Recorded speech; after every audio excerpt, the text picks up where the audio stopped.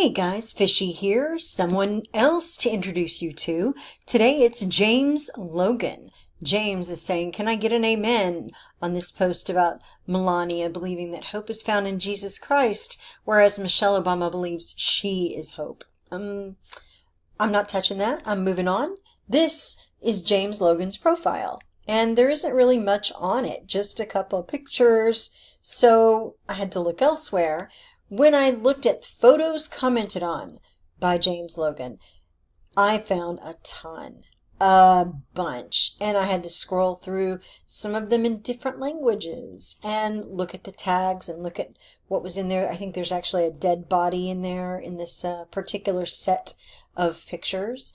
But down here, we have, where is that guy? One particular photo here.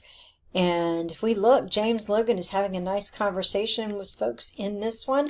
And here is a tag for Hassan Tak, which is actually James Logan. What do you know? We found out James Logan wasn't legitimate.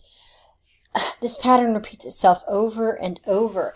Now, if I am tagged in a post and someone tags my name, Felicia, and then I change my name later to be Mary, then the tag will read Mary, even though I'm still Felicia, but the new name that I put on a post, when it's tagged in a post, will follow me.